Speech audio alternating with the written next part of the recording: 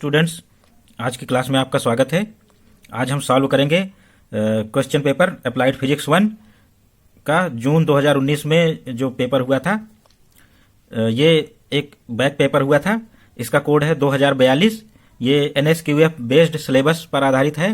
Question paper जून 2019 में ये paper हुआ था। इसके क्वेश्चन नंबर 1 के सभी पार्ट्स के आंसर इस वीडियो के डिस्क्रिप्शन में जो लिंक दिया गया है उसमें क्वेश्चन नंबर 1 के सभी पार्ट्स के आंसर देखे जा सकते हैं। इस वीडियो में हम जो प्रेजेंट वीडियो है इसमें हम क्वेश्चन नंबर 2 से सॉल्व करेंगे। तो आइए इस पेपर को सॉल्व करना स्टार्ट करते हैं। क्वेश्चन नंबर 2, जैसा कि आप जानते हैं, क्वेश्चन नंबर 2 में 5 पार्ट होते हैं। कोई 5 पार्ट करने होते हैं। ये 2-2 नंबर के 5 क्वेश्चंस करने होते हैं। इसमें इंटरनल चॉइसेस दिए रहती हैं, इसलिए 7 क्वेश्चन इसमें दिए रहते हैं। इसमें से कोई 2 करने होते हैं। 5 क्वेश्चन करेंगे तो ये 10 नंबर का हो जाएगा। तो आइए पहला क्वेश्चन 2 का ए सॉल्व करते हैं। Write the limitations of dimensional analysis. Write the limitations of dimensional analysis. विमीय विश्लेषण की कमियों को लिखिए या विमीय विश्लेषण की सीमाएं लिखिए। दोनों का एक ही आंसर है। तो आंसर देखते हैं 2 का ए, लिमिटेशंस ऑफ डायमेंशनल एनालिसिस, विमीय विश्लेषण की सीमाएं। विमीय विश्लेषण की सीमाएं इस प्रकार हैं। पहला है, इस विधि से विमाहीन नियतांक के का आंकिक मान निकालना संभव नहीं है। हम जानते हैं कि जब भी डेरिवेशन किया जाता है, विमीय विधि से सूत्र प्राप्त किया जाता है, तो उसमें विमाहीन नियतांक डायमेंशनलेस कांस्टेंट किया जाता है। इसकी आंकिक वैल्यू या न्यूमेरिकल वैल्यू निकालना संभव नहीं है। यानी value of dimensionless constant can not be calculated by this method. यानी यूजिंग डायमेंशनल मेथड हम वैल्यू ऑफ के कभी भी कैलकुलेट नहीं कर सकते। इसके लिए प्रयोग या अन्य मेथड के द्वारा के की वैल्यू ज्ञात करनी होती है। सेकंड है, यदि भौतिक राशि 3 से अधिक राशियों पर निर्भर करती है तो विमीय विधि से इस राशि के लिए सूत्र स्थापित नहीं कर सकते। If any physical quantity depends on more than 3 quantities, then we cannot derive a relation for this quantity by dimensional method। यानी अगर कोई राशि 3 या 3 से कम राशियों पर निर्भर करती है तो उसके लिए विमीय विधि से सूत्र प्राप्त कर सकते हैं। अदरवाइज 3 से अधिक राशियों पर निर्भर करने वाली भौतिक राशि के लिए सूत्र प्राप्त करना विमीय विधि से संभव नहीं है। साथ ही साथ अगर किसी इक्वेशन में दो टर्म या राशियों का सम है, ये 2 टर्म है u प्लस at, तो ऐसे समीकरणों की स्थापना विमीय विधि से नहीं कर सकते हैं जिसमें 2 टर्म्स का सम या सब्ट्रैक्शन हो, एडिशन या सब्ट्रैक्शन कुछ भी हो, तो ऐसे इक्वेशन की स्थापना भी विमीय विधि से नहीं कर सकते। तो ये हमारी दूसरी लिमिटेशन हो गई, दूसरी सीमा हो गई। तीसरी सीमा, त्रिकोणमितीय पद, साइन कॉस टेन इत्यादि वाले टर्म होते हैं। त्रिकोणमितीय पद, चरघातांकी पद यानी 10 की पावर या e की पावर जो भी होती हैं वो चरघातांकी पद कहलाते हैं। तथा लघुगणक यानी लॉग वाले जो टर्म होते हैं, ये सभी टर्म जिस इक्वेशन में रहते हैं वाले समीकरणों का निगमन विमीय विधि से संभव नहीं है। यानी ऐसे पद, त्रिकोणमितीय, चरघातांकी या लघुगणकी पदों वाले समीकरणों का विमीय विधि से निगमन या सूत्र स्थापित करना संभव नहीं है। If there are trigonometric term sine cos tan etcetera, exponential term e की power x and logarithmic term log x in any equation, then derivation of that type of equation is not possible using dimensional method। यानी विमीय विधि से ऐसे term equation जिसमें trigonometric term, exponential term, logarithmic term हो, इनका derivation विमीय विधि से हम नहीं कर सकते। इनका डेरिवेशन फिर हम अन्य मेथड से ही हमें करना होता है। डायमेंशनल मेथड वहां काम नहीं देता। अब fourth limitation, if any equation contains constants which are not dimensionless, for example Planck constant, Boltzmann constant. यानी if any equation contains which constants which are dimension which have dimension, then this type of equation can not be derived by dimensional method. यानी ऐसा समीकरण जिसके विमाहीन नियतांक नहीं है, नियतांक विमाहीन नहीं है, तो इस समीकरण की स्थापना विमीय विधि से नहीं कर सकते। तो कुछ ऐसा कांस्टेंट होते हैं जैसे प्लैंक कांस्टेंट, बोल्ट्जमैन कांस्टेंट, इन सबके डायमेंशन होती है, इन सबकी विमाएं होती हैं। तो ऐसे कांस्टेंट जिस भी इक्वेशन में आते हैं उनका डेरिवेशन हम विमी विधि से नहीं कर सकते, उसको हम किसी अन्य मेथड से डिराइव करते हैं। Question 2B, part B, what are systematic errors in measurement, write the name of any 2 errors. What are systematic errors in measurement, write the name of any 2। मापन में व्यवस्थीय त्रुटियां क्या हैं, किन्हीं 2 के नाम लिखिए। व्यवस्थीय का मतलब क्रमबद्ध त्रुटियों से है, तो मापन में क्रमबद्ध त्रुटियां क्या हैं, किन्हीं 2 के नाम लिखना है। सॉल्व करते हैं। सिस्टमैटिक एरर, क्रमबद्ध त्रुटियां। When in any measurement always errors of same type occurs. When in any measurement always the error of same type occurs, that is nature of error is always same, positive or negative, are known as systematic error। जब किसी मापन में सदैव एक ही समान त्रुटि होती है या त्रुटि की प्रकृति एक तरह की होती है, पॉजिटिव या निगेटिव, तो ऐसी त्रुटियां क्रमबद्ध त्रुटियां कहलाती हैं। तो systematic errors occur due to known reasons and these errors can be removed by finding these reasons. यानी क्रमबद्ध त्रुटियां ज्ञात कारणों से होती हैं, इनका उत्पन्न होने का कारण हमें ज्ञात होता है। तो इस तरह से इन कारणों को ज्ञात करके इन त्रुटियों का निराकरण किया जा सकता है। तो क्रमबद्ध त्रुटियां ऐसी त्रुटियां हैं जिनके होने का या आने का कारण ज्ञात होता है, तो कॉज मिलता है, तो फिर हमें इनको रिमूव करने का भी मेथड मिल जाता है। Name of some systematic error, कुछ क्रमबद्ध त्रुटियों के नाम। कांस्टेंट एरर, स्थिर त्रुटियां। ये कांस्टेंट एरर हमें यहाँ केवल नेम लिखने हैं, तो नेम लिख के ही दो क्रमबद्ध त्रुटियों के नाम लिखने हैं, तो 2 लिख लेंगे, आंसर कंप्लीट हो जाएगा। इनके बारे में डिटेल्ड जानकारी के लिए बताया जा रहा है। कांस्टेंट एरर, स्थिर त्रुटियां, ऐसी त्रुटियां जो रॉन्ग मैन्युफैक्चरिंग ऑफ इंस्ट्रूमेंट, यानी यंत्र की गलत निर्माण या डिफेक्टिव होने के कारण त्रुटियां आती हैं, तो वो कांस्टेंट एरर कहलाती हैं। जितनी बार भी हम मेजरमेंट करेंगे, हर मेजरमेंट में वो कांस्टेंट एरर लगातार बनी रहेगी। जब हम इस एरर को जान लेंगे, ज्ञात कर लेंगे, तो एरर को रिमूव कर सकते हैं।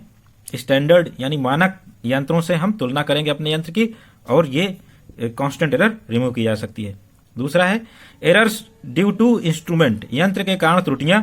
यंत्र के कारण त्रुटियां, यंत्र के बार बार प्रयोग करने के कारण यंत्र डिफेक्टिव हो जाता है, तो ऐसी एरर्स यंत्र के कारण त्रुटियां यंत्र के कारण त्रुटियों को यंत्र का भली भांति परीक्षण करके रिमूव किया जा सकता है। जैसे 0 एरर, शून्य त्रुटि।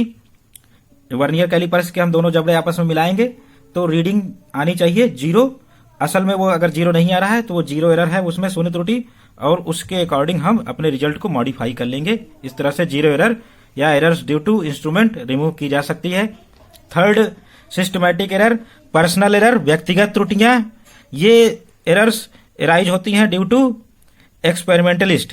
एरर्स ड्यू टू एक्सपेरिमेंटलिस्ट यानी प्रयोगकर्ता द्वारा की गई गलतियां पर्सनल एरर या व्यक्तिगत त्रुटियों में आती हैं। Errors due to external reasons और एक्सटर्नल फैक्टर्स, ये चौथी पर्सनल सिस्टमैटिक एरर है। बाह्य कारणों से होने वाली त्रुटियां, यानी एक्सटर्नल फैक्टर्स जो भी होते हैं लैब में, टेम्परेचर, प्रेशर, ह्यूमिडिटी इत्यादि, या ताप, दाब, आर्द्रता इत्यादि के कारण जो रिजल्ट में वेरिएशन आते हैं या त्रुटियां आती हैं, वो आती हैं errors due to external reasons या एक्सटर्नल फैक्टर्स। नेक्स्ट क्वेश्चन 2 का C, distinguish between gauge pressure and absolute pressure. Gauge दाब तथा परम दाब में भेद बताइए, या गेज दाब या परम दाब में अंतर बताइए। तो इसका आंसर है एब्सोल्यूट प्रेशर, परम दाब। Absolute pressure is 0 referred against a perfect vacuum, यानी एब्सोल्यूट प्रेशर 0 होता है अगेंस्ट परफेक्ट वैक्यूम। जहां परफेक्ट वैक्यूम होता है वहां प्रेशर 0 होता है, तो उसी को एब्सोल्यूट प्रेशर से के 0 से करते हैं और फिर इसके बाद आगे बढ़ते हैं। Using an absolute scale, so it is equal to gauge pressure plus atmospheric pressure. तो इस तरह से परम दाब पूर्ण निर्वात के सापेक्ष संदर्भित होता है। तो पूर्ण निर्वात या परफेक्ट वैक्यूम, इसका 0 पॉइंट होता है। इसके बाद से हम प्रेशर मेजरमेंट शुरू करते हैं। इसमें परम पैमाने का उपयोग किया जाता है और यह दाब मापक तथा वायुमंडलीय दाब के योग के बराबर होता है। तो absolute pressure is always equal to gauge pressure plus atmospheric pressure, यानी परम दाब गेज दाब प्लस वायुमंडलीय दाब के हमेशा बराबर होता है। तो इस तरह से एब्सोल्यूट प्रेशर हो गया। गेज प्रेशर या मानदंड या दाब मापक, gauge pressure is zero referred against ambient air pressure और एटमॉस्फेरिक प्रेशर और 1 atmospheric pressure which is equal to 1.013 into 10 to the power 5 Newton per meter square. So it is equal to absolute pressure minus atmospheric pressure। यानी मानदंड या दाब मापक या gauge pressure वायुमंडलीय दाब के सापेक्ष शून्य संदर्भित होता है। वायुमंडलीय दाब पर इस टेम्परेचर प्रेशर स्केल में यानी दाब मापन के पैमाने में हम 0 लेते हैं वायुमंडलीय दाब को और फिर यहां से प्रेशर या दाब मेजरमेंट शुरू करते हैं। अतः परम दाब एवं वायुमंडलीय दाब के अंतर के बराबर हमारा गेज प्रेशर या मानदंड दाब मापक होता है। इस तरह से हम ये दोनों स्केल स्पेसिफाई कर सकते हैं। ये हम एब्सोल्यूट जीरो से चलते हैं। एब्सोल्यूट जीरो प्रेशर परम शून्य दाब, जहां वैक्यूम का प्रेशर होता है, वैक्यूम प्रेशर निर्वात दाब। तो ये प्रेशर जीरो से स्टार्ट होता है हमारा एब्सोल्यूट या परम दाब। एब्सोल्यूट प्रेशर यहां से जीरो से स्टार्ट होता है, एक्चुअल जीरो से स्टार्ट होता है, जबकि गेज प्रेशर या मानदंड या दाब मापक स्टार्ट होता है 1 एटमॉस्फेरिक प्रेशर, यानी एक वायुमंडलीय दाब से स्टार्ट होता है। यहां पर गेज प्रेशर का 0 होता है एक वायुमंडलीय दाब पर, और फिर इसके बाद वो प्रेशर मेजर करता है। तो इस तरह से गेज प्रेशर सदैव इस प्रेशर से इतना भाग प्रेशर का वो कभी नहीं पढ़ पाता, इसलिए हमारा जो गेज प्रेशर है वो ऑलवेज यहां से स्टार्ट होता है। तो फिर हम एब्सोल्यूट प्रेशर निकालने के लिए यानी परम दाब निकालने के लिए गेज प्रेशर में ये पार्ट जोड़ेंगे, 1 एटमॉस्फेरिक प्रेशर ऑलवेज जोड़ेंगे, तभी गेज प्रेशर से हमारा एब्सोल्यूट प्रेशर में कन्वर्जन होगा। तो इस तरह से ये जो फार्मूला है absolute pressure equal to gauge pressure plus atmospheric pressure, यानी वायुमंडलीय दाब को हम गेज दाब में जोड़ेंगे तो एब्सोल्यूट प्रेशर परम दाब मिल जाएगा। नेक्स्ट क्वेश्चन 2 का डी, दिखाइए दो सदिश का गुणनफल अदिश गुणनफल एक सदिश होता है। दो सदिश का एक अदिश गुणनफल एक सदिश होता है। So that scalar product of 2 vector is a scalar. Scalar product of 2 vectors is a scalar. दो सदिशों का अदिश गुणन एक अदिश होता है।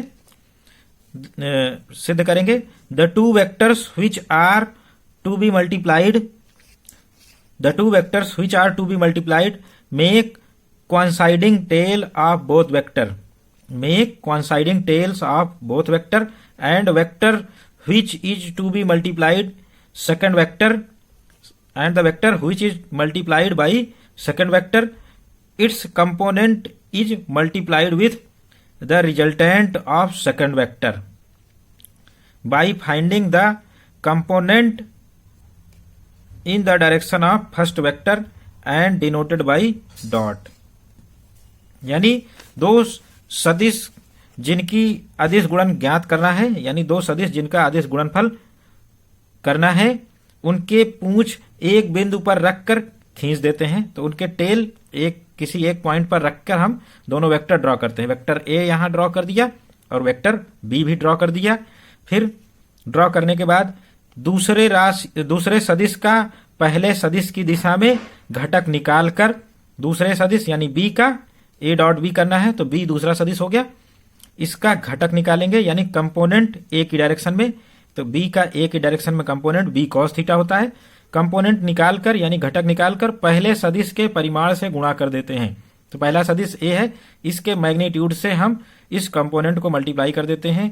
तो ये हमारा सदिश गुणन अदिश गुणन यानी स्केलर प्रोडक्ट निकल आता है। यही चीज हम बी डॉट ए करेंगे। अगर वेक्टर बी डॉट ए, तो ए एंड बी वेक्टर बना लेंगे।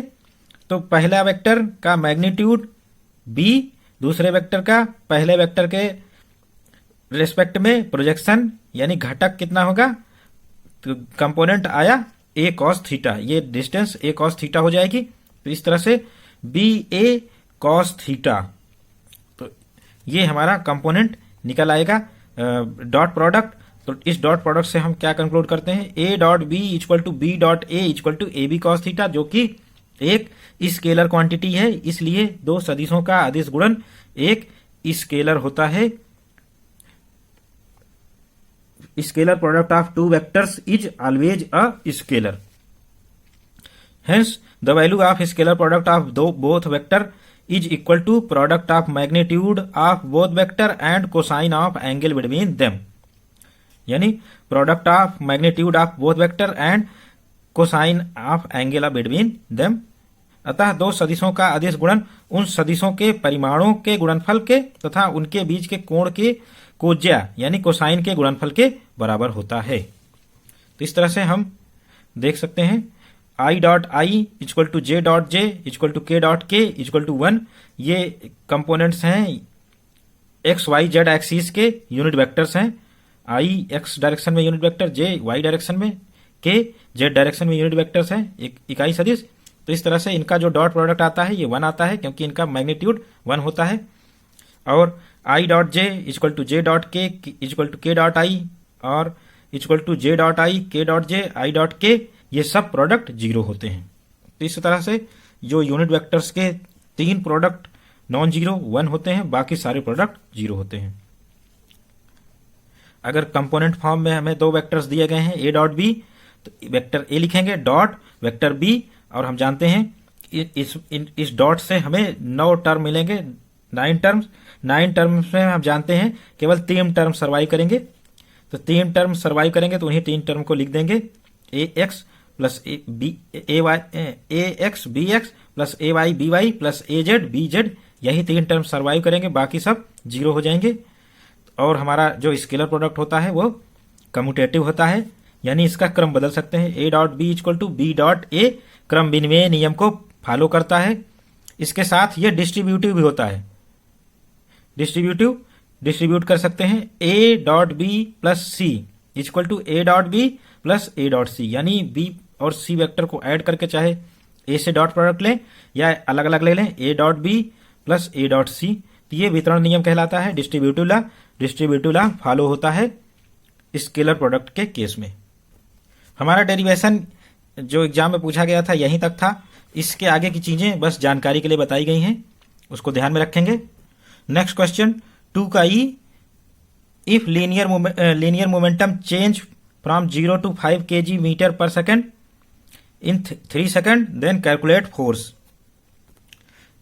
यदि 3 सेकंड में रेखीय संवेग में परिवर्तन 0 से 5 किग्रा मीटर पर सेकंड हो तो बल की गणना कीजिए। तो इसका सलूशन है, सबसे पहले हम देखेंगे क्या क्या दिया गया है। इनिशियल मोमेंटम प्रारंभिक संवेग P1 equal to 0, final momentum अंतिम संवेग P2 equal to 5 kg metre पर सेकंड, एंड टाइम डिफरेंस समयांतराल delta T equal to 3 second.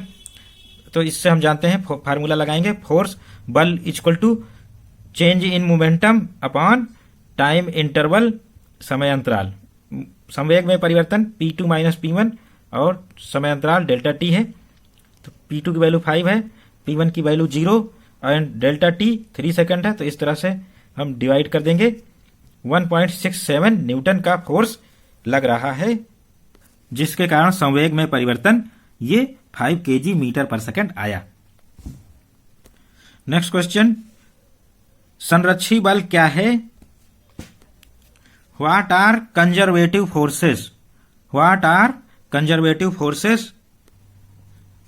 Conservative force संरक्षी बल। Definition, a force is called conservative if work done due to this force depends on initial and final points only. A force is conservative if work done due to this force depends only initial and final points, not on path, and does not depend on path, only depends on initial and final points, then this force is called conservative. Work done due to this force depends only initial and final points, does not depend on path, then the force is called conservative. यानी कोई बल संरक्षी बल कहलाता है यदि उस बल द्वारा किया गया कार्य केवल प्रारंभिक और अंतिम बिंदुओं पर ही निर्भर करता है, यानी डिस्प्लेसमेंट के जो इनिशियल एंड फाइनल पॉइंट्स हैं, उसी पर वर्क डन डिपेंड करता है, रास्ते पर निर्भर नहीं करता है, तो बल हमारा संरक्षी बल कंजर्वेटिव फोर्स कहलाता है। तो बल संरक्षित तभी होगा जब केवल उसके द्वारा किया गया कार्य केवल प्रारंभिक और अंतिम बिंदुओं पर ही निर्भर करेगा, रास्ते पर निर्भर नहीं करेगा। तो इस तरह से हमारा डिस्प्लेसमेंट इस फोर्स के द्वारा चाहे जो भी रास्ता अपनाए ए से बी तक जाने में, अगर वर्क डन रास्ते पर निर्भर नहीं कर रहा है, केवल इनिशियल एंड फाइनल पॉइंट पर निर्भर कर रहा है, तो हमारा जो फोर्स होगा ये कंजर्वेटिव फोर्स कहलाता है। For example gravity force, gravitational force and electric force, इनके द्वारा किया गया कार्य रास्ते पर निर्भर नहीं करता।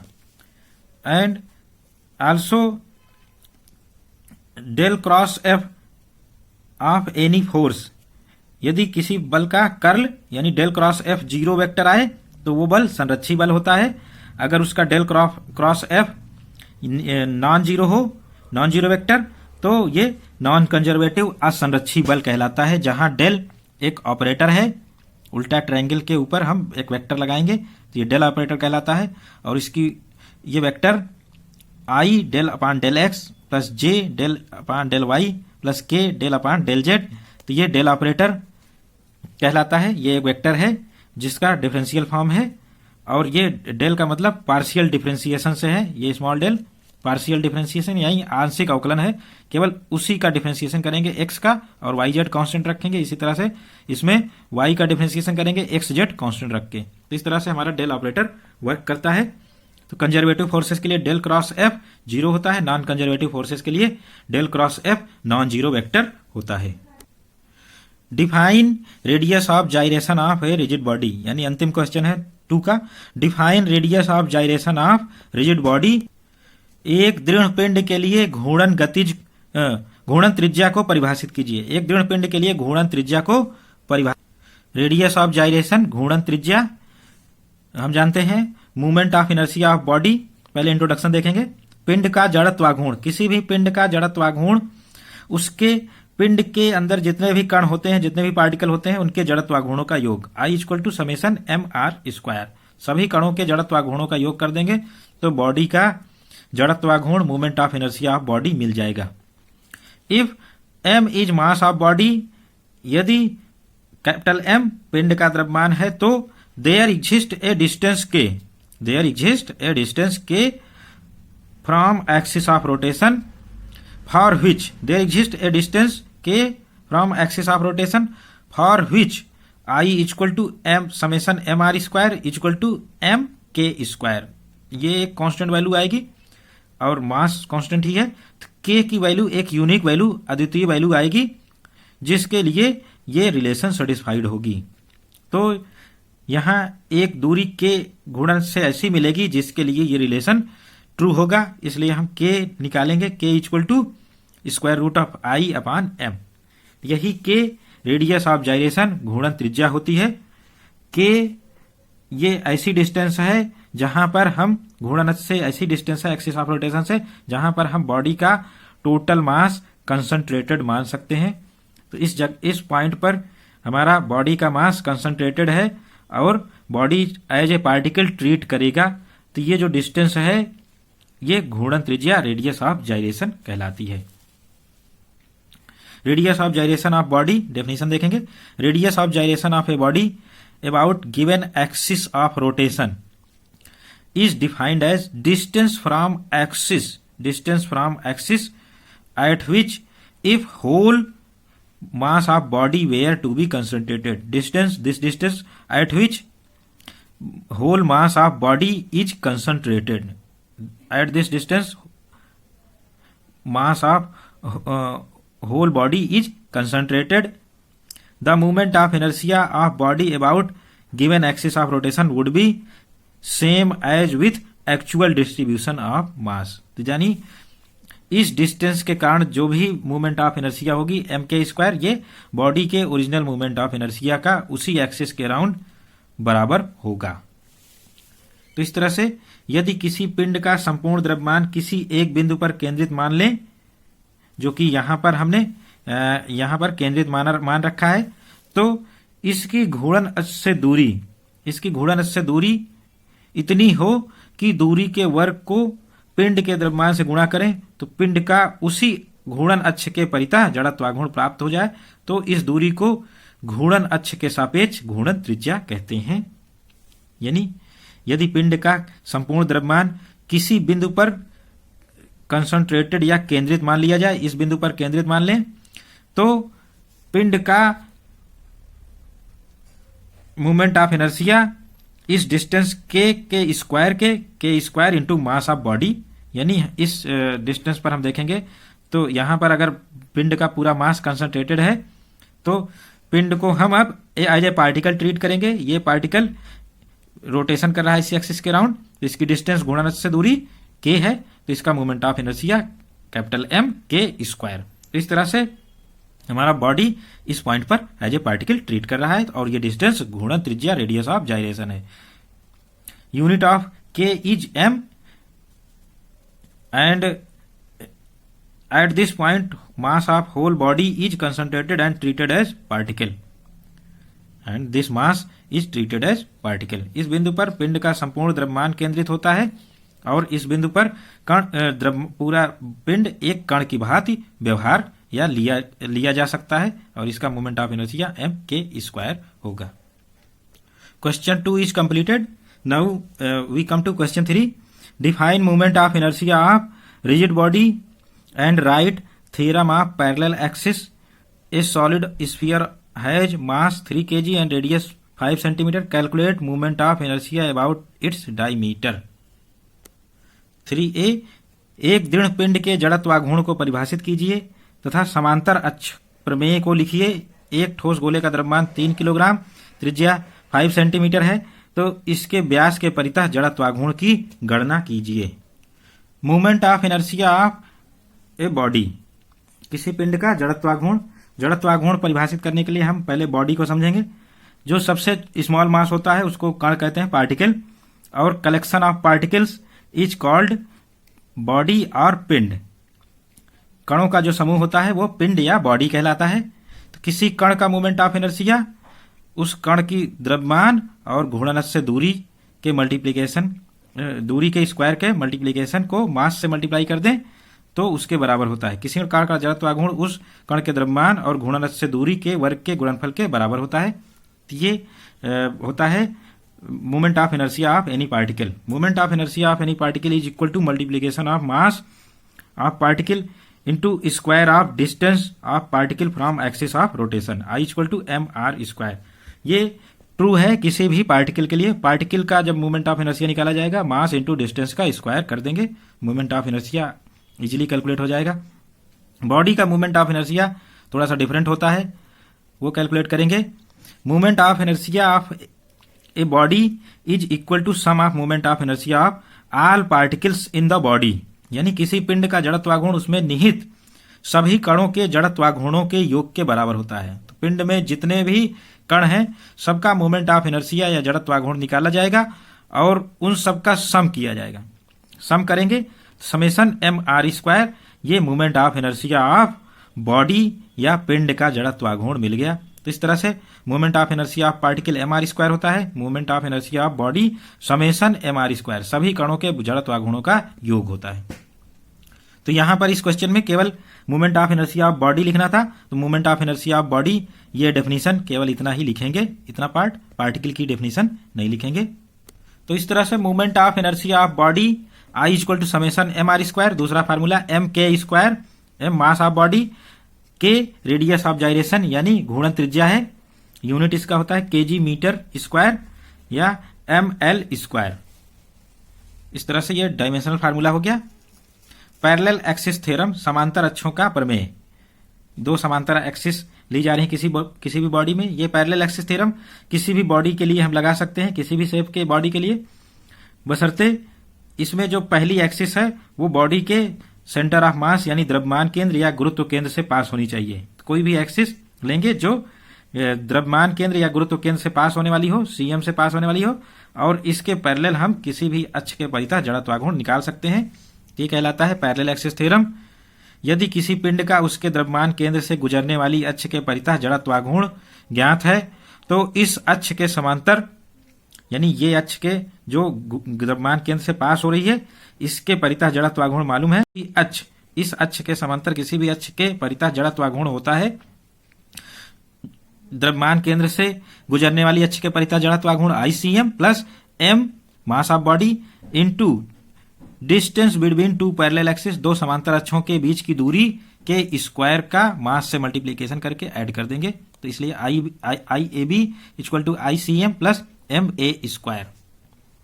यानी if movement of inertia of any body around axis passing through centre of mass is known, then moment of inertia of body around parallel to this axis is equal to IAB equal to ICM plus MA square, where ICM is moment of inertia of body around axis passing through center of mass, यानी पिंड के द्रव्यमान या गुरुत्व केंद्र से गुजरने वाली अक्ष के परितः जड़त्वाघूर्ण है ICM, capital M mass of body पिंड का द्रव्यमान, A समांतर अक्षों के बीच की दूरी distance between two parallel axis. Now we come to numerical part of this question. Mass of solid sphere यानी ठोस गोले का द्रव्यमान capital M equal to 3 kg, radius of solid sphere ठोस गोले की त्रिज्या R 5 सेंटीमीटर और 5 इंटू 10⁻⁻2 मीटर, ये सब गिवन है। Movement of inertia of solid sphere about its diameter, ठोस गोले का उसके व्यास के परितः जड़त्वाघूर्ण, ठोस गोले का उसके व्यास के परितः जड़त्वाघूर्ण हमें मालूम है सेंटर ऑफ मास से पास हो रही है, यानी गोले के केंद्र से 2/5 mr स्क्वायर। ये सॉलिड स्फीयर का मूवमेंट ऑफ इनर्शिया का फार्मूला है ठोस गोले का। इसमें वैल्यूज रखेंगे 2/5 इंटू 3 मास 3 है इंटू 5 इंटू 10⁻2 यानी 0.05 का स्क्वायर। इसको सॉल्व करेंगे 5 इंटू 10⁻2 का स्क्वायर 25 इंटू 10⁻⁻4 6/5 और इसको सॉल्व करेंगे तो ये आ जाएगा movement of inertia ICM equal to 3 into 10⁻³ kg metre square.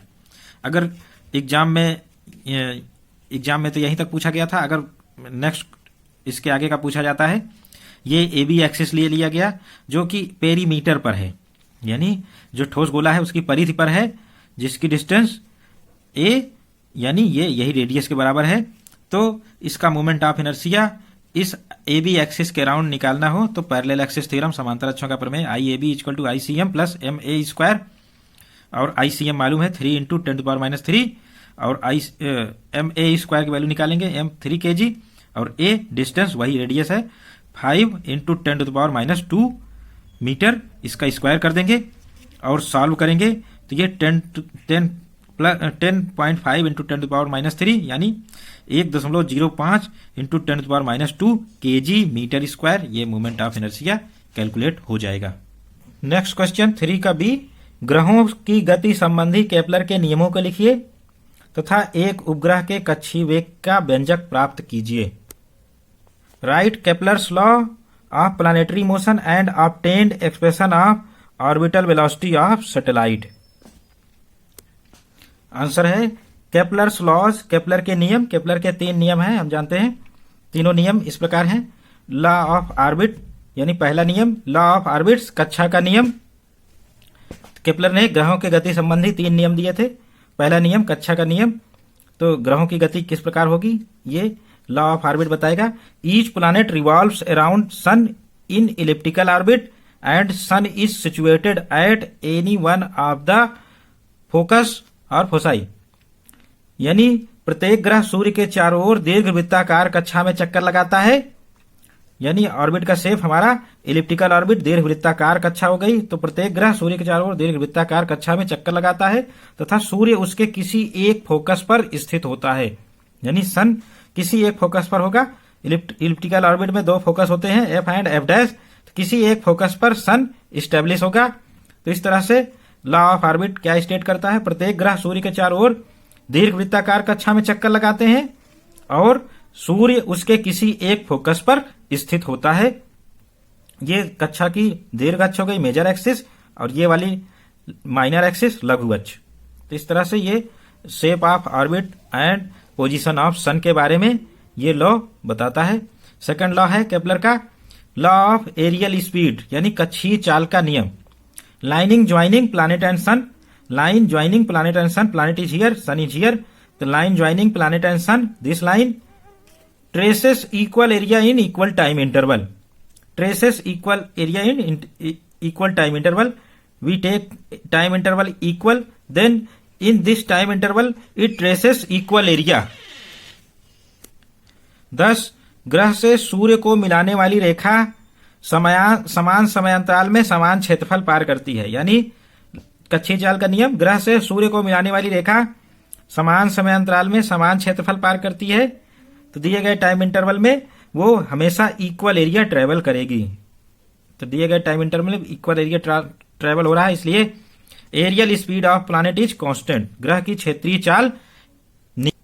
Third law of Kepler, law of period, परिक्रमण काल का नियम। परिक्रमण काल का नियम क्या है? Square of time of revolution of planet, यानी टाइम पीरियड ऑफ प्लैनेट का square, square of time period of planet is proportional to third power of average distance between sun and planet. Square of time of revolution of planet is proportional to third power of average distance between sun and planet, यानी ग्रह और सूर्य के बीच की जो औसत दूरी है उसके तृतीय घात के अनुक्रमानुपाती होता है ग्रह के परिक्रमण काल का वर्ग। ग्रह के परिक्रमण काल का वर्ग ग्रह से सूर्य की औसत दूरी के तृतीय घात के अनुक्रमानुपाती होता है। T square is proportional to R cube, या T square equal to K R cube. K जहां कोई कांस्टेंट है, इसकी वैल्यू सन मास ऑफ सन पर डिपेंड करती, 4 पाई square upon k equal to G into mass of sun, यानी सूर्य के द्रव्यमान को यूनिवर्सल ग्रेविटेशनल कांस्टेंट सार्वत्रिक गुरुत्वाकर्षण नियतांक से मल्टीप्लाई कर दें तो ये 4 पाई स्क्वायर अपान के बराबर होता है। तो ये के सन के मास पर डिपेंड कर रहा है। अगर सन के अलावा कोई और स्टार है जिसका प्लैनेट चक्कर लगा रहे हैं तो वहां के बदल जाएगा। इस तरह से फॉर 2 प्लैनेट्स, 2 ग्रहों के लिए जो किसी एक सन का चक्कर लगा रहे हैं, तो T1 अपान T2 का whole square equal to R1 upon R2 का क्यूब। तो इस तरह से ये तीनों नियम केपलर के हो गए। Now orbital velocity of satellite या उपग्रह का कक्षीय वेग, इसको VO से लिखते हैं। VO ऑर्बिटल का O VO से कहते हैं।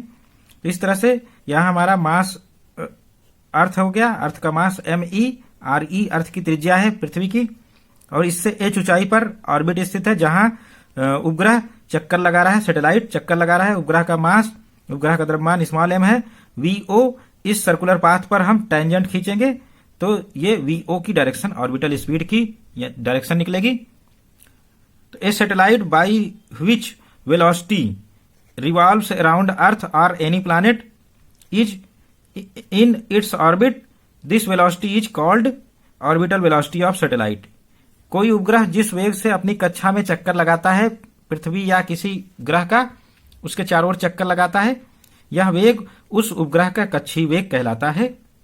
यानी उपग्रह जिस वेग से अपनी ऑर्बिट में पृथ्वी या किसी अन्य ग्रह का चक्कर लगाएगा तो ये इसकी ऑर्बिटल वेलोसिटी या कक्षीय वेग कहलाता है।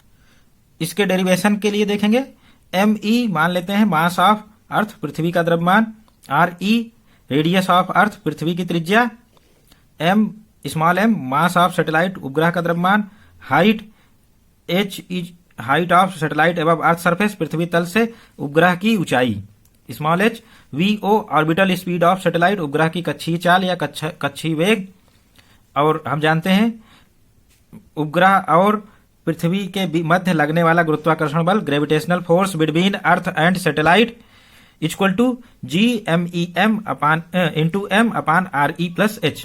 पृथ्वी के केंद्र से उपग्रह की दूरी अर्थ के सेंटर से RE प्लस H है। तो न्यूटन के नियम से हम जानते हैं 2 मासेस हैं, earth and planet, earth and satellite, then mass ME into M into G upon RE plus H का होल स्क्वायर। तो ये गुरुत्वाकर्षण बल या ग्रेविटेशनल फोर्स की वैल्यू आ गई, जो कि अर्थ द्वारा उपग्रह पर लगाया जा रहा है या दोनों बॉडीज के मध्य लग रहा है। इसी बल के कारण सेंट्रीपिटल फोर्स, अभिकेंद्र बल मिलेगा। Centripetal force required to satellite for moving around earth, यानी पृथ्वी के चारों ओर उपग्रह को घूमने के लिए आवश्यक अभिकेंद्र बल। अभिकेंद्र बल की मात्रा कितनी होगी? मास of satellite M, VO square orbital speed plus upon RE plus H, जितनी डिस्टेंस है अर्थ के सेंटर से पृथ्वी के केंद्र से दूरी। तो तो इस तरह से ये दोनों फोर्सेस हो गए, क्योंकि ग्रेविटेशनल फोर्स से ही हमारा सेंट्रीपिटल फोर्स जनरेट होगा। सेंट्रीपिटल फोर्स अपने आप कहीं नहीं उत्पन्न होता। Since gravitational force provide centripetal force to satellite, क्योंकि गुरुत्वाकर्षण बल से ही उपग्रह को अभिकेंद्र बल प्राप्त होता है, इसलिए दोनों बल इक्वल हो गए। दोनों बल को इक्वल कर देंगे। सेंट्रीपिटल फोर्स इधर लिखा, इधर ग्रेविटेशनल फोर्स लिखा, और दोनों में स्मॉल m कॉमन था, कट कर दिया हमने। Re प्लस एच एक जगह से कट जाएगा, केवल एक पावर रह जाएगी राइट साइड में, तो Re प्लस एच कैंसिल हो गया, केवल एक पावर रह गई Re प्लस एच। इस तरह से orbital speed GME upon Re plus H या VO equal to square root of GME upon Re plus H, यही है फार्मूला फॉर ऑर्बिटल वेलोसिटी, यानी किसी उपग्रह की कक्षीय चाल के लिए सूत्र VO equal to this much.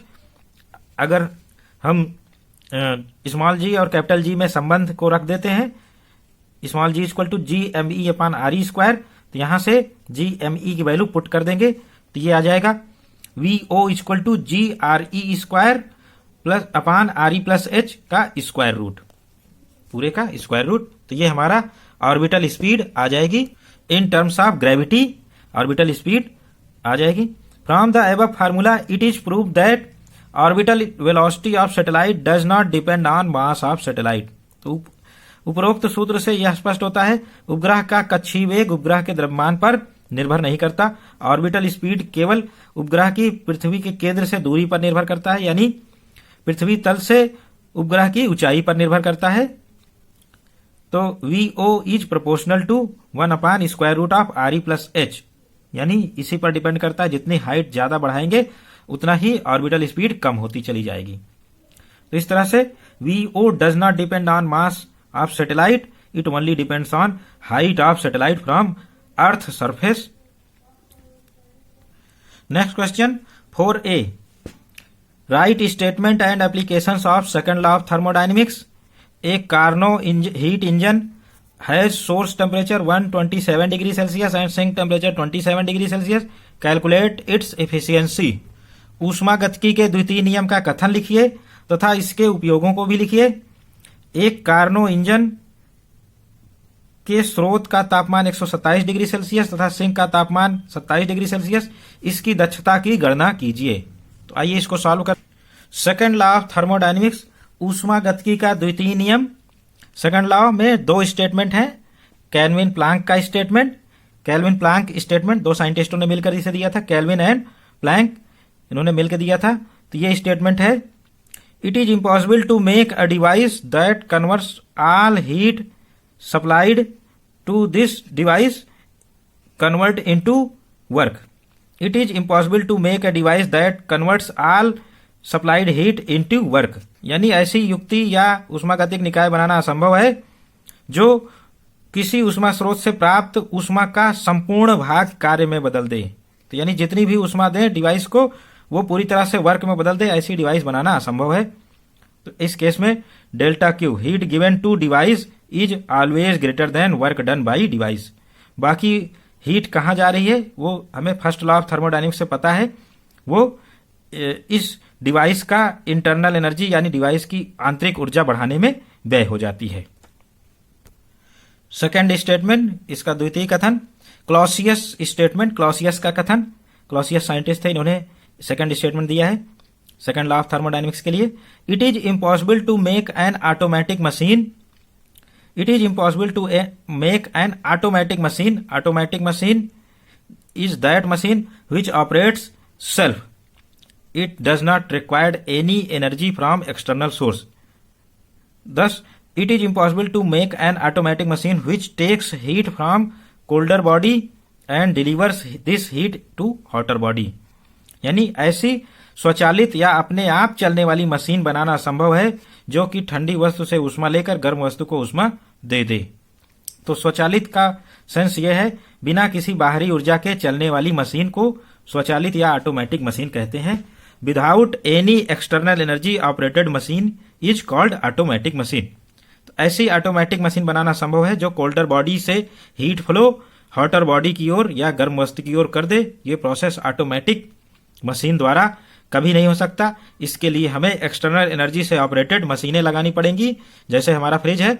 जब तक हम इसको इलेक्ट्रिकल एनर्जी यानी विद्युत ऊर्जा दे रहे हैं, तभी वो फ्रिज कूलिंग कर रहा है, यानी कोल्डर बॉडी से ऊष्मा लेके गर्म वस्तु को ऊष्मा यानी वातावरण को दे रहा है। तो इस तरह से फ्रिज तभी तक काम करता है जब तक वो बाहरी बिजली से चल रहा होता है। बिजली प्रवाह बंद कर देंगे तो फ्रिज उल्टा काम करने लगेगा। अंदर जो कूल बना हुआ था वो धीरे धीरे कुछ घंटों बाद गर्म हो जाएगा, यानी टेम्परेचर सेम हो जाएंगे। तो इस तरह से ऐसी ऑटोमेटिक मशीन बनाना असंभव है जो कि ठंडी वस्तु से ऊष्मा लेके गर्म वस्तु को दे दे। तो यही क्लासियस का कथन है। Application of second law of thermodynamics, ऊष्मागतिकी के द्वितीय नियम के अनुप्रयोग। तो एप्लीकेशंस हैं। Applications of second law of thermodynamics is in engine. Engine में इसका एप्लीकेशन है। When A diesel engine turns A generator, when A diesel engine turns into A generator, engines mechanical energy is converted into heat. Engine की यांत्रिक ऊर्जा electricity में convert होती है, विद्युत ऊर्जा में। But not all mechanical energy is converted into heat, some into electricity, some energy leaks always through friction and heat।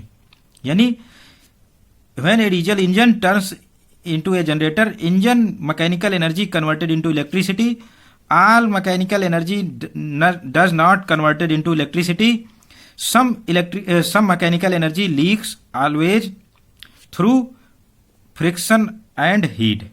यानी इस नियम का अनुप्रयोग ये हमारे इंजन में हो रहा है। जब इंजन से, डीजल इंजन से हम विद्युत उत्पादन करते हैं तो इंजन की जो यांत्रिक ऊर्जा है वो विद्युत ऊर्जा में परिवर्तित होती है, और हम देखते हैं यांत्रिक ऊर्जा का संपूर्ण भाग विद्युत ऊर्जा में परिवर्तित नहीं होता, बल्कि उस यांत्रिक ऊर्जा का कुछ भाग घर्षण से तथा ऊष्मा से खर्च हो जाता है, जिससे इंजन गर्म हो जाता है हमारा। तो इस तरह से ये सेकंड लॉ यानी ऊष्मागतिकी के द्वितीय नियम का अनुप्रयोग है कि इंजन की संपूर्ण यांत्रिक ऊर्जा को विद्युत ऊर्जा में नहीं बदल सकते।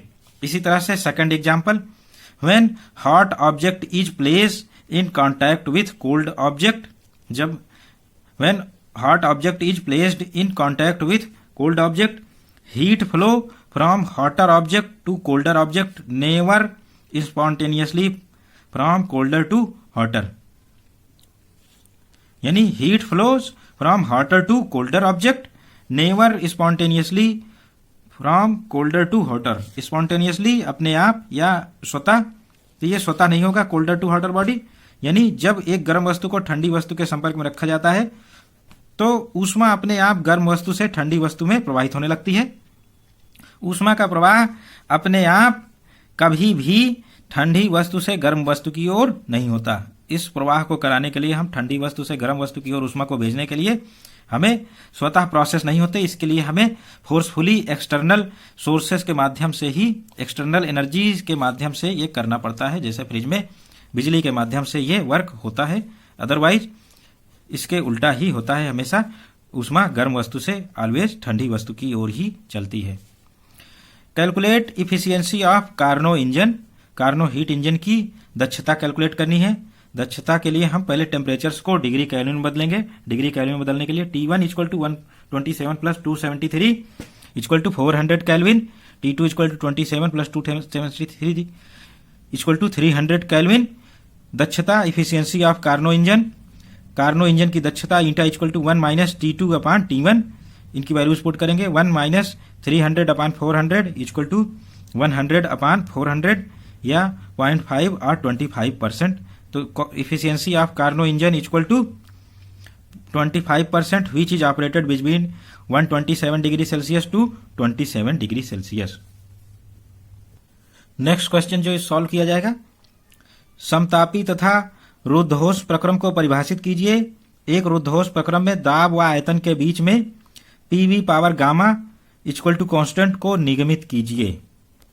यानी 4 का C, define isothermal and adiabatic processes, derive relation between pressure and volume. यानी PV power gamma equal to constant in adiabatic process.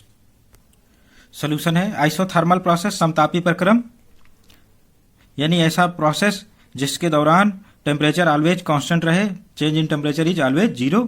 तो ये समतापी प्रक्रम आइसोथर्मल प्रोसेस कहलाता है। जब किसी ऊष्मागतिक निकाय में भौतिक परिवर्तन इस प्रकार हो कि पूर्ण प्रक्रिया के दौरान निकाय का तापमान स्थिर रहे तो इस प्रकार का प्रक्रम समतापी प्रक्रम कहलाता है। When temperature of thermodynamic system remains constant during physical changes of system, the process is called isothermal process, समतापी प्रक्रम। यानी किसी भी प्रक्रम के दौरान अगर निकाय का तापमान स्थिर रहे या कांस्टेंट रहे, उसके तापमान में कोई परिवर्तन न हो, तो ये प्रक्रम समतापी प्रक्रम आइसोथर्मल प्रोसेस कहलाता है। इसके लिए अगर हम पीवी ग्राफ बनाएं तो हमारा पीवी ग्राफ एक एक्स अक्ष के लगभग समांतर मिलता है। तो ये टेम्परेचर, कांस्टेंट टेम्परेचर पर प्रेशर, वॉल्यूम इत्यादि वेरी किए जाते हैं। तो ये हमारा आइसोथर्मल प्रोसेस का कर्व हो गया, इसको आइसोथर्म कहते हैं। अगर आइसोथर्मल प्रोसेस के एग्जाम्पल की बात करें जो कि यहाँ पूछा नहीं गया है, तो फेज चेंजेस इन लिक्विड, इसको जानकारी के लिए बताया जा रहा है। फेज चेंज इन लिक्विड यानी द्रवों की अवस्था परिवर्तन। आइस से जब वाटर होता है 0 डिग्री सेल्सियस, आइस से 0 डिग्री सेल्सियस का वाटर होता है, बनता है, तो इस प्रक्रिया में कोई टेम्परेचर चेंज नहीं होता, 0 डिग्री सेल्सियस ही रहता है, टेम्परेचर कांस्टेंट रहता है। तो इस प्रक्रिया में ये समतापी प्रक्रम आइसोथर्मल प्रोसेस कहलाता है। इसी तरह से वाटर का बॉयल होना, 100 डिग्री सेल्सियस पर वाटर है और इसको गर्म करेंगे तो ये 100 डिग्री सेल्सियस की स्टीम में बनकर उबलने लगेगा। तो इस तरह से जो हमारा वाटर है वो इसका टेम्परेचर नहीं बढ़ा, लेकिन वो फेज चेंज हो गई, स्टीम में बदल गया। तो ये समतापी प्रक्रम at same T equal to 100 degree Celsius पर किया गया प्रक्रम समतापी प्रक्रम है। तो इस तरह से ये एग्जाम्पल हो गए। अब हम एडियाबैटिक प्रोसेस की definition. Adiabatic process, heat of system during thermodynamic process. अगर कांस्टेंट है किसी निकाय की ऊष्मा, अगर ऊष्मागतिक प्रक्रम के दौरान कांस्टेंट या नियत बनी रहे, यानी ऊष्मा में परिवर्तन 0 है, तो ये रुद्धोष प्रक्रम एडियाबैटिक प्रोसेस कहलाता है। जब किसी ऊष्मागतिक निकाय में भौतिक परिवर्तन इस प्रकार हो कि पूरी प्रक्रिया में निकाय द्वारा न तो बाह्य वातावरण से ऊष्मा ली जाती है और न ही बाह्य वातावरण को ऊष्मा दी जाती है, यानी पूरी प्रक्रिया में निकाय का बाह्य वातावरण से ऊष्मा का कोई आदान प्रदान नहीं होता है, तो इस प्रकार का प्रक्रम रुद्धोष प्रक्रम कहलाता है। इसमें ताप परिवर्तन संभव है लेकिन ऊष्मा का आदान प्रदान असंभव है। When any thermodynamic system does not take heat from external atmosphere or does not supply heat to external atmosphere during physical changes of system, the process is called adiabatic process। यानी रुद्धोष प्रक्रम के दौरान ऊष्मागतिक निकाय न ही बाहर ऊष्मा देता है वातावरण को, न ही वातावरण से ऊष्मा लेता है, तो निकाय की कुल ऊष्मा हमेशा स्थिर रहती है। फॉर एग्जाम्पल यहाँ नहीं पूछे गए हैं लेकिन जानकारी के लिए बताए जा रहे हैं। Sudden release of air from tyre से वायु का अचानक से निकलना, कंप्रेसर फ्रिज वगैरह में यूज होता है। Coolant release at high pressure and thermoflask, हमारे थर्मस बॉटल वगैरह जो भी होते हैं वो इसी प्रिंसिपल पर काम करते हैं, adiabatic process. Derivation of PV power gamma equal to constant, यानी पीवी पावर गामा का डेरिवेशन कर रहे हैं, इसको पॉइसन लॉ कहते हैं, पॉइसन का नियम। फॉर एडियाबैटिक प्रोसेस रुद्धोष प्रक्रम के लिए delta Q equal to 0, change in heat of system, यानी ऊष्मागतिक निकाय की ऊष्मा में परिवर्तन 0 होगा। फर्स्ट लॉ ऑफ थर्मोडायनेमिक्स से जानते हैं, ऊष्मागतिकी के प्रथम नियम से delta Q equal to delta U plus delta W, ये फार्मूला होता है ऊष्मागतिक फर्स्ट लॉ ऑफ थर्मोडायनेमिक्स से। Change in internal energy delta U, निकाय की आंतरिक ऊर्जा में वृद्धि डेल्टा यू है। डेल्टा डब्ल्यू निकाय द्वारा किया गया कार्य, वर्क डन बाई सिस्टम। अब हम delta W equal to delta Q equal to 0 put करेंगे तो delta U plus delta W equal to 0 for small changes. बहुत ही स्मॉल चेंजेस के लिए हम परफेक्ट डिफरेंशियल का यूज करते हैं। D U equal to D W plus D U plus D W equal to 0, ये इक्वेशन 1 मान लेते हैं। अब work done for change in volume V by D V is given by P D V. हमारा जो volume change D we है तो इसके लिए हम work done P D V से डिफाइन करते हैं। तो D W equal to P D V, आयतन में परिवर्तन डी वी हो तो किया गया कार्य, D W equal to P D V. Also specific, हम जानते हैं also first term specific heat, first term is specific heat which is heat added per unit temperature per unit mole of substance, यानी पहला पद जो du है हमारा वो विशिष्ट ऊष्मा के पद में लिखा जा सकता है। जब ये वही डेफिनेशन है जब इकाई पदार्थ के द्रव्यमान द्वारा इकाई तापमान में वृद्धि के लिए ऊष्मा ग्रहण की जाती है। तो इस तरह से the part of heat that increases internal energy du is such that is justify the specific heat at constant volume. यानी ऊष्मा जो आंतरिक ऊर्जा में वृद्धि करती है उसको स्थिर आयतन पर विशिष्ट ऊष्मा के पदों में लिखा जा सकता है। तो इस तरह से हम लिख पाएंगे। तो पहली चीज तो हमने ये जो इक्वेशन आया इसमें adiabatic equation delta D Q equal to 0 रख दिया, तो ये हमारा इक्वेशन 1 आ गया। दूसरी चीज work equal to D W equal to P D V ये लिखेंगे, और फिर इसके बाद तीसरी चीज लिखेंगे C V equal to D U by D T into 1/n। n number of moles हैं, तो इस तरह से डी यू हमारा change increase in internal energy, N C V D T आ गया। और फिर इस तरह से हम लिख पाएंगे डी यू की वैल्यू वहां रखेंगे तो N C V D T plus P D V, work को पी डी वी रखेंगे और डेल्टा डी यू को N C V D T. तो इस तरह से N C V D T plus P D V equal to 0, ये equation 3 आ गया। अब हम जानते हैं for ideal gas equation P V equal to N R T. Differentiate करेंगे इसको, तो डिफ्रेंशिएट करेंगे ये first function P, second function V, तो P D V equal to V D P equal to N R constant होता है तो D T आ गया। तो इस तरह से एन डी टी की वैल्यू लिखेंगे P D V plus V D P, R को लेफ्ट साइड ले जाएंगे तो अपान आर हो गया। तो ये एन डी टी की वैल्यू हम इक्वेशन 3 में रखेंगे। तो यहाँ क्या था इक्वेशन 3, फिर से देख लेंगे। तो इक्वेशन 3 है N C V D T, यानी हम एन डी टी की वैल्यू रखेंगे, सी वी को मल्टीप्लाई कर देंगे एन डी टी की वैल्यू से। तो इस तरह से जब रखने पर ये आ रहा है सी वी और एन डी टी की value P D V plus V D P upon R plus P D V equal to 0। अब यहां से हम सॉल्व करेंगे।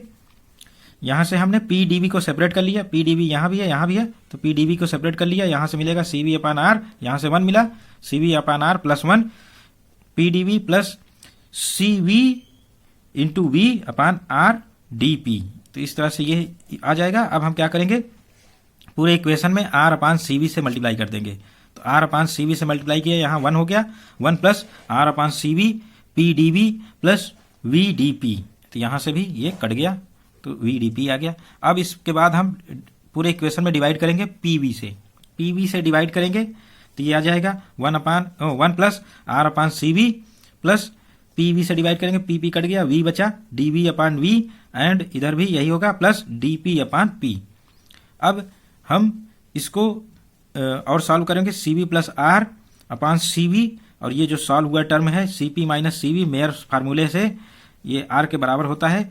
तो सी V plus R equal to C P रख देंगे यहाँ, बाकी चीजें वैसे ही रहेंगी। और C P upon C V equal to हम जानते हैं गामा होता है, तो इस गामा को यहाँ रख देंगे। तो gamma D V upon V plus D P upon P equal to 0। बस इसमें अब सीधे इंटीग्रेट कर देना है। इंटीग्रेट करेंगे तो हमारा left side gamma D V upon V plus D P upon integration D P upon P equal to constant, right side में हमारा कॉन्स्टेंट आ जाएगा इंटीग्रेट करने पर। और फिर gamma log V plus log P equal to constant. अब हम गामा को इधर ले जाएंगे, वी पर पावर आ जाएगी, log we power gamma plus log P, तो ये पी वी पावर गामा का लॉग, तो ये हमारा आ जाएगा पी वी पावर गामा। तो इस तरह से P V power gamma equal to constant आ जाएगा। लॉग को हम इधर ले जाएंगे तो एक्सपोनेंशियल हो जाएगा, कांस्टेंट का एक्सपोनेंशियल लें तब भी एक कांस्टेंट ही रहेगा, इसलिए P V power gamma equal to constant. इस तरह से ये पॉइसन फार्मूला या पॉइसन लॉ सिद्ध हो गया। This equation is true for adiabatic process for an ideal gas. यह आदर्श गैस का समीकरण रुद्धोष्म प्रक्रम के दौरान सत्य है। नेक्स्ट क्वेश्चन सॉल्व करेंगे 5 का B, geostationary and polar satellites. 5 का बी, भूस्थैतिक एवं ध्रुवीय उपग्रह। जियो स्टेशनरी सैटेलाइट, भू स्थिर उपग्रह, जियो सिंक्रोनस सैटेलाइट, तुल्यकालिक उपग्रह, सभी एक ही नाम है। तो देखेंगे हम इसको। If any satellite revolves around earth in 24 hours in a circular orbit in west to east direction. If any satellite in 24 hour in a circular orbit in west to east direction, west to east direction. Why? Since Earth also rotates its about axis in 24 hours west to east direction. Hence, we take west to east direction. Then its motion will be constant with respect to Earth surface. Hence, its motion will be constant with respect to any point at Earth surface. यदि कोई उपग्रह पृथ्वी के चारों ओर वृत्ताकार कक्षा में 24 घंटे में पश्चिम से पूर्व की ओर चक्कर लगा रहा है, यदि कोई उपग्रह पृथ्वी के चारों ओर 24 घंटे में पश्चिम से पूर्व की ओर पृथ्वी का चक्कर लगा रहा है, चूंकि पृथ्वी अपने अक्ष पर पश्चिम से पूर्व की ओर 24 घंटे में एक चक्कर करती है, इसलिए हम 24 घंटे ही यूज कर रहे हैं और डायरेक्शन भी पश्चिम से पूर्व यूज कर रहे हैं। अगर ऐसा होता है तो उसकी गति पृथ्वी के किसी एक बिंदु के सापेक्ष सदैव स्थिर रहेगी। तो इस प्रकार का सैटेलाइट जियो स्टेशनरी या भू स्थिर उपग्रह कहलाता है। This satellite will seem stationary with respect to any point on earth surface. Point should be on equator of earth surface. Thus, satellite will seem stationary with respect to any point on Earth surface, and point should be on equator of Earth surface. Thus, this type of satellite is known as geostationary satellite or geosynchronous satellite. इस प्रकार का उपग्रह geostationary satellite, geosynchronous satellite कहलाता है. अतः उपग्रह यानी हम देखेंगे, अतः उपग्रह पृथ्वी तल पर किसी बिंदु के ऊपर सदैव स्थिर प्रतीत होगा. वो बिंदु भी 24 घंटे में एक चक्कर लगाएगा और उपग्रह भी 24 घंटे में उसी डायरेक्शन में एक चक्कर लगा रहा है. इसलिए सैटेलाइट हमारा उस बिंदु पर सदैव स्थिर प्रतीत होता रहेगा, लेकिन यह बिंदु भूमध्य रेखा के ऊपर ही होना चाहिए. इस प्रकार का उपग्रह भू स्थिर उपग्रह, तुल्यकाली उपग्रह कहलाता है. ऐसे उपग्रह के लिए हम क्या लिखेंगे, इनका period of revolution, time period, परिक्रमण काल t = 24 आवर्स, और इसकी वैल्यू सेकंड में 60 × 60 से मल्टीप्लाई कर देंगे, सेकंड में आ जाएगी. RE पृथ्वी की त्रिज्या, radius of earth 6400 kilometre, 6.4 × 10⁶ metre. G = 9.8 metre पर सेकंड स्क्वायर. ये सारी वैल्यूज उपग्रह के परिक्रमण काल के फार्मूले में, यानी time of revolution of planet, इसका फार्मूला 2π/RE और square root of RE + h³/g. इस फार्मूले में रखेंगे सारी वैल्यूज, तो h की वैल्यू हमें मिले. h की वैल्यू यहां पर मिलती है 36,000 किलोमीटर, 36,000 किलोमीटर. ये लगभग ऊंचाई होती है जिस पर भू स्थिर उपग्रह पृथ्वी का चक्कर लगाता है. ये हमारी डायरेक्शंस हो गई, नॉर्थ साउथ, ईस्ट वेस्ट. तो ये जो सैटेलाइट है जियो स्टेशनरी सैटेलाइट, ये हमारी earth surface, north and south pole हो गए. और ये जो सर्किल है अर्थ का मिडिल भाग, इक्वेटर या भूमध्य रेखा या विषुवत रेखा, इन नामों से जाना जाता है. और इस पर हाइट कितनी है, 36,000 किलोमीटर ऊंचाई पर उपग्रह जो चक्कर लगाएगा, ये ऑर्बिट भू स्थिर कक्षा कहलाएगी या जियो स्टेशनरी या जियो सिंक्रोनस ऑर्बिट कहलाएगी. और इसका टाइम पीरियड 24 घंटे, या 24 घंटे में ये उपग्रह एक चक्कर इस ऑर्बिट में लगा लेगा. तो ये हमारा भू स्थिर उपग्रह जियो स्टेशनरी सैटेलाइट हो गया. इसका ऑर्बिटल स्पीड भी निकाला जा सकता है. ऑर्बिटल स्पीड का formula VO = RE √g/RE + h. इसमें जब सारी वैल्यूज रखेंगे और h की वैल्यू 36,000 किलोमीटर रखेंगे, तो ये हमारा जो ऑर्बिटल स्पीड आएगा वो 3.08 किमी पर सेकंड, यानी 3.08 किलोमीटर पर सेकंड. ये इसकी ऑर्बिटल स्पीड आएगी उपग्रह की. This type of satellite is used to receive electronic communication such as television signal, mobile telecommunication signal etcetera from earth surface and to send them remote areas.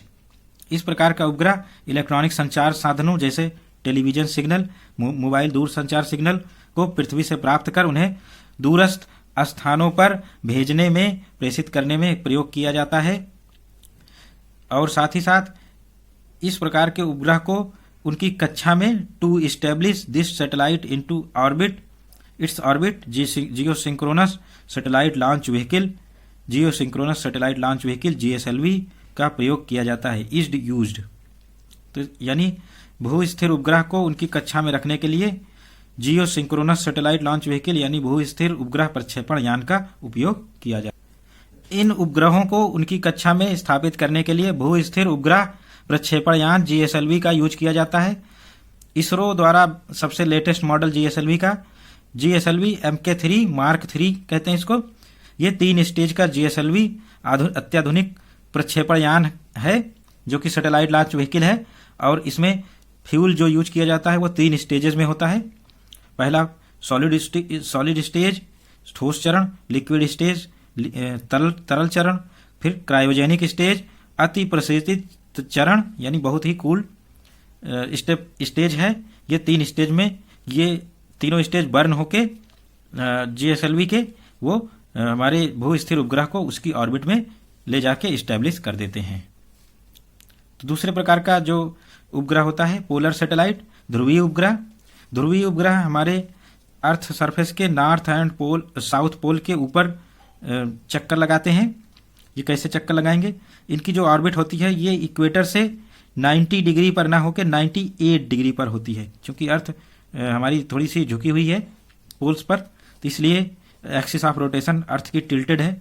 तो हमें सन synchronous orbit यानी सूर्य के समकालिक कक्षा, सूर्य का जो प्लेन है उसके परपेंडिकुलर, उसके पैरेलल हमारी एक्सिस होनी चाहिए, यानी अर्थ से सूर्य को मिलाने वाली रेखा के परपेंडिकुलर। तो इस तरह से ये ऑर्बिट ड्रॉ करेंगे हम।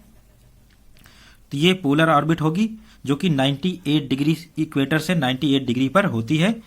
तो ये सन सिंक्रोनस ऑर्बिट या सूर्य समकालिक कक्षा होती है, इसी को ध्रुवीय कक्षा या पोलर ऑर्बिट कह देते हैं। इस ऑर्बिट में जो सैटेलाइट चक्कर लगाता है ये पोलर सैटेलाइट ध्रुवीय उपग्रह कहलाता है। इसकी अर्थ सरफेस से ऊंचाई, height from earth surface 600 kilometre to 800 kilometre, यानी ये 600 से 800 किलोमीटर ऊंचाई पर अपनी आवश्यकता अनुसार रखा जाता है। और इसका टाइम पीरियड या पीरियड ऑफ रिवोल्यूशन, परिक्रमण काल, एक चक्कर लगाने में लगा समय 96 मिनट से 100 मिनट तक हो सकता है। और ये सैटेलाइट यूज होता है क्विक स्कैनिंग ऑफ अर्थ, क्योंकि ये लगभग 1.5 घंटे में एक चक्कर लगा ले रहा है अर्थ का, तो ये अर्थ की क्विक स्कैनिंग यानी बहुत तेजी से स्कैन करने के लिए प्रयोग होता है। And it is use to seeing earth surface, earth surface की स्टडी करने के लिए प्रयोग में होता है। जियोग्राफिकल मैपिंग, इसके भौगोलिक मैपिंग के लिए प्रयोग होता है। मिलिट्री सर्वे के लिए प्रयोग कर सकते हैं। Collecting information about temperature, pressure, humidity, weather changes इत्यादि के में प्रयोग हो सकते हैं। ये हमारे ध्रुवीय उपग्रह रिमोट सेंसिंग इत्यादि प्रक्रियाओं में भी ये ध्रुवीय उपग्रह बहुतायत से प्रयोग होते हैं। ध्रुवीय उपग्रह पोलर सैटेलाइट को लॉन्च करने के लिए PSLV polar satellite launch vehicle की मदद से इनको इनकी ऑर्बिट में स्टैब्लिश कराया जाता है। यानी पोलर सैटेलाइट को, ध्रुवीय उपग्रह को ध्रुवीय उपग्रह प्रक्षेपण यान की मदद से इनकी ऑर्बिट ध्रुवीय कक्षा में स्टैब्लिश किया जाता है। इसरो के पास जो अत्याधुनिक रॉकेट है, अत्याधुनिक प्रक्षेपण यान है ध्रुवीय उपग्रह प्रक्षेपण यान, वो 4 स्टेजेस का है। डिफरेंट 4 स्टेजेस यूज करके ये 4 स्टेप्स में हमारा जो ध्रुवीय उपग्रह है उसको उसकी कक्षा में ध्रुवीय उपग्रह प्रक्षेपण यान की मदद से भेजा जाता है।